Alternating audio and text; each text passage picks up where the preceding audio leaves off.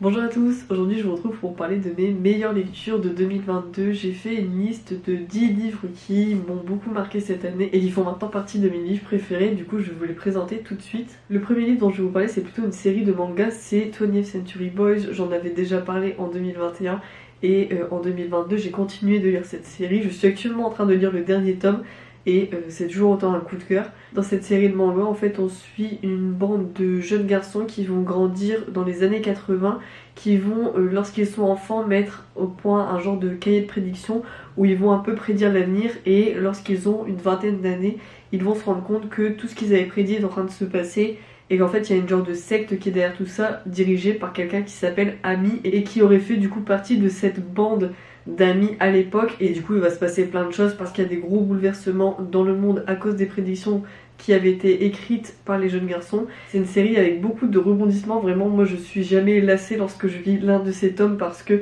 il se passe toujours plein de choses, il y a plein de mystères qui sont résolus au fil des tomes et vraiment c'est passionnant.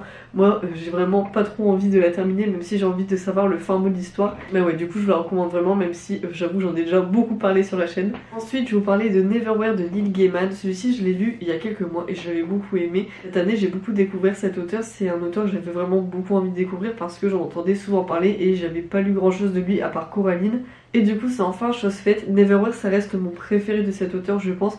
Je trouve que l'histoire est vraiment très originale. On suit un homme qui fait partie de notre monde et qui un jour va trouver une jeune femme sur un trottoir qui est mourante en fait limite, et à partir de ce moment là il va se retrouver mêlé avec la ville d'en bas. En fait c'est comme un Londres alternatif où les choses ne se passent pas du tout comme dans notre Londres à nous, et du coup il va être embarqué dans plein de mystères. C'est un roman que j'ai beaucoup aimé, je vous le recommande vraiment si vous voulez découvrir Neil Gaiman parce que je trouve vraiment super et c'est mon préféré de cet auteur pour l'instant. Ensuite un roman que j'ai découvert il y a pas très longtemps, c'est Yardam de Aurélie Wallenstein.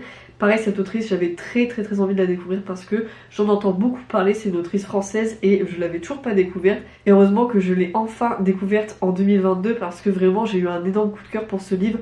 Dans Yardam, en fait, on suit une ville où il y a une genre de maladie sexuellement transmissible qui est en train de se propager de plus en plus au sein de la ville. Et en fait, les personnes qui sont atteintes de cette maladie peuvent aspirer l'âme d'autres personnes qui vont être ensuite transformées en coquilles. Donc ce sont des êtres qui sont tout blancs et en fait ils n'ont plus d'âme en eux, ils sont vivants mais en fait ils sont déjà quasiment morts parce que vraiment ils n'ont plus aucune réaction à quoi que ce soit. Et du coup nous on suit un personnage qui est un voleur et qui est atteint de cette maladie. Il a été contaminé volontairement mais il se rend compte que la maladie est en train de le tuer au fur et à mesure qu'il a de plus en plus d'âmes d'autres personnes en lui, parce que en fait les âmes qu'il récupère sont stockées dans son cerveau à lui, ce qui fait qu'il cohabite avec toutes ces âmes qu'il a volées et que ça devient insoutenable au bout d'un moment. Et du coup nous on suit ce personnage là qui est en train d'essayer de trouver une solution pour essayer de guérir de cette maladie, et il va rencontrer deux médecins étrangers qui vont arriver dans la ville de Yardam pour essayer de comprendre d'où vient cette maladie et essayer de trouver un remède. Et au même moment en fait la ville elle est mise sous quarantaine et du coup il se retrouve un petit peu coincé, et du coup nous on suit un petit peu la vie de ce personnage avec les deux médecins qu'il rencontre, et ils vont essayer de découvrir d'où vient cette maladie et de trouver un remède à cette maladie parce que c'est en train de détruire cette ville et en fait le gouvernement a très peur que ça se propage dans le reste du monde. C'est un roman que j'ai adoré, il fait plus de 500 pages mais vraiment j'ai pas vu les pages passer tellement j'étais à fond dans l'histoire, et je vous le recommande vivement si vous voulez découvrir Aurélie Wallenstein parce que vraiment moi je l'ai adoré et ça m'a donné trop envie de lire d'autres romans de cette autrice. Et d'ailleurs si vous avez des recommandations n'hésitez pas à me les laisser en commentaire. Ensuite j'ai lu Pachinko de Min Jin Lee, c'est un livre dont j'avais beaucoup entendu parler. Du coup je me suis enfin lancée dans cette lecture cette année. J'ai beaucoup aimé ce roman. On suit en fait une famille coréenne qui vit au Japon. Il me semble qu'il y a une temporalité d'une centaine d'années tout au long du roman en fait, parce qu'on suit beaucoup de générations, et j'ai vraiment beaucoup aimé ce roman parce que de 1 les personnages sont attachants et de 2 on peut vraiment découvrir en fait la vie des Coréens qui ont émigré au Japon au fil des années et toutes les conséquences que ça peut avoir sur les générations suivantes en fait. Et ouais, j'ai vraiment beaucoup aimé ce roman, je vous recommande vivement si jamais c'est un sujet qui vous intéresse parce que c'est un roman qui est très bien fait et qui va vous apprendre beaucoup de choses sur la vie des Coréens au Japon à cette époque-là. Ensuite, je voulais vous parler de ce roman, The House in the Cerulean Sea. C'est un livre dont j'avais pareil beaucoup entendu parler sur les chaînes anglophones et je l'ai vraiment beaucoup aimé. Dans celui-ci en fait on suit un agent du gouvernement qui va être envoyé dans un genre d'orphelinat qui est un peu à l'écart du monde, et en arrivant là-bas il va se rendre compte que Tous les enfants qui sont dans cet orphelinat sont un petit peu spéciaux parce qu'ils sont tous dotés soit d'un pouvoir magique, soit ce sont des êtres magiques en fait.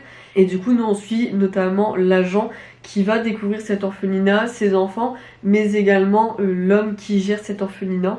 C'est une histoire que j'ai beaucoup aimée avec des personnages hyper attachants. J'ai beaucoup aimé la relation entre l'agent et puis le directeur de l'orphelinat. C'est vraiment un livre que je vous recommande si vous voulez lire un roman avec de la romance LGBT, mais aussi avec un aspect un peu fantastique sans que ça soit vraiment trop poussé.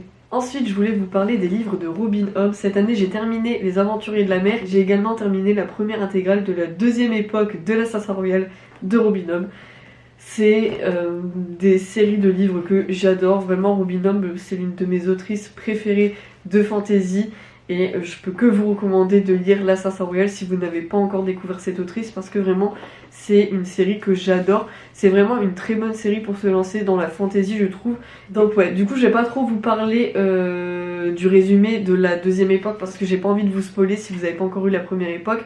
Mais en gros, dans la première époque de l'Assassin Royal, on suit Fitz qui est en gros un bâtard royal qui va être retrouvé par la famille royale et qui va être du coup ramené au sein de Castelcerf, qui est du coup la ville où il y a toute la famille royale des 6 duchés. Et du coup nous on suit la vie de Fitz sur une période assez longue parce que vraiment on le suit de son enfance jusqu'à son début de vie adulte. Et il va rapidement devenir l'assassin royal, d'où le titre de la série.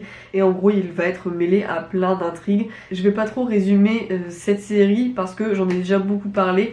Pareil pour les Aventuriers de la Mer où on suit des personnages totalement différents parce qu'on est dans un univers de pirates cette fois-ci. Et en gros, le côté un petit peu fantastique dans les Aventuriers de la Mer, c'est qu'il y a des vinefs qui sont des bateaux vivants en fait parce qu'il y a une figure de proue qui a une conscience. Et du coup dans cette série il y a plein d'autres mystères, c'est pas du tout les mêmes intrigues que dans l'Assassin Royal. Enfin on retrouve des choses quand même communes parce que c'est le même univers mais c'est pas du tout les mêmes personnages et c'est pas la même intrigue non plus. Enfin bref, je vais arrêter de parler de l'Assassin Royal mais je pense que vous avez compris que je vous le recommande vivement. Ensuite je voulais également vous parler du Hobbit de Tolkien. Cette année c'est l'année où j'ai découvert Le Seigneur des Anneaux et le Hobbit grâce à mon copain. D'ailleurs je vous recommande vivement cette édition parce qu'elle est illustrée et du coup ça rend la lecture encore plus agréable. J'ai beaucoup aimé découvrir le Hobbit.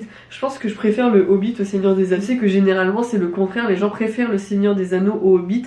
Mais je pense que c'est parce que c'est le premier que j'ai lu et que j'ai regardé en film. Et du coup j'ai vraiment un attachement un peu plus important au Hobbit qu'au Seigneur des Anneaux. Mais j'aime vraiment beaucoup Seigneur des Anneaux aussi. Je vais pas vous résumer l'histoire du Hobbit parce que je pense que tout le monde la connaît. Mais j'ai beaucoup aimé ce roman. J'ai trouvé la lecture hyper fluide et j'ai vraiment beaucoup aimé découvrir le style de Tolkien cette année. Ensuite je voulais vous parler de Piranèse. C'est un roman que j'ai lu il y a quelques mois aussi et que j'ai beaucoup aimé. On suit un homme qui est coincé dans un genre de labyrinthe. En fait c'est un labyrinthe hyper bizarre parce qu'il y a plein d'étages, plein de pièces. Et en gros il vit seul dans ce labyrinthe, il essaie de survivre un petit peu et en même temps il tient des genres de notes d'exploration où il va vraiment retranscrire tout ce qu'il voit dans les différentes salles du labyrinthe. Et les seules visites qu'il a c'est un homme qui vient lui apporter des choses lorsqu'il a besoin de certaines choses du coup. Et c'est un petit peu tout et nous du coup on découvre un peu la vie de cet homme. J'ai adoré ce roman, j'en avais entendu beaucoup parler et j'avais peur que ça me plaise pas à cause du style et au final j'ai vraiment adoré le style. J'ai trouvé ce roman hyper bien construit, hyper intelligent parce que vraiment la fin était géniale. Je me souviens encore avoir été surprise à plein de moments quand il y avait des révélations parce que vraiment il y a des choses auxquelles je m'attendais pas du tout. Et j'ai adoré ce roman, ça m'a donné envie de lire l'autre roman de cette autrice mais j'avoue que la taille me rebute un petit peu. Mais en tout cas je vous recommande vivement Piranèse. C'est un roman dont on entend beaucoup parler mais je trouve qu'il le vaut vraiment parce que c'est un roman de qualité avec une intrigue qui sort vraiment de l'ordinaire parce que moi j'avais jamais lu d'histoire qui ressemble à celle-ci. C'est vraiment très original et le style est vraiment super, même si moi j'ai lu la traduction, je trouve qu'elle est vraiment de très bonne qualité, donc je vous le recommande vraiment. Ensuite encore un roman que j'ai lu il y a peu, c'est Liens de sang de Octavia Butler. J'en ai parlé beaucoup dans mes dernières vidéos parce que ça a été un gros coup de cœur. Dans ce roman en fait on suit une femme qui vit dans les années 80 aux États-Unis. En fait c'est une femme noire et en gros du jour au lendemain elle va commencer à se téléporter dans le temps pour rendre visite à un jeune garçon, et elle en gros à chaque fois elle est téléportée là-bas lorsqu'il est sur le point de mourir pour le sauver. Sauf que en fait ce jeune garçon vit au moment de l'esclavagisme aux États-Unis, et à chaque fois que cette femme en fait se rend là-bas, elle est en danger en fait parce que tout le monde lui veut du mal. Et du coup nous on suit un petit peu en même temps la vie du jeune garçon, puisque elle lui rend visite à beaucoup d'époques de sa vie, donc on le voit vraiment grandir, et en même temps on suit toutes les réflexions de la femme et de son mari aussi, et c'est vraiment super intéressant.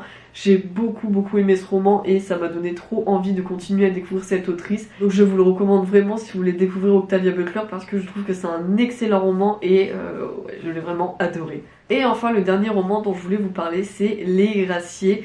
C'est un roman que j'ai beaucoup aimé. On est en fait en Norvège dans les années 1600 et on passe dans un village de pêcheurs, et en fait il va y avoir une grosse catastrophe qui va tuer l'ensemble des hommes du village. Les femmes vont devoir apprendre à survivre seules.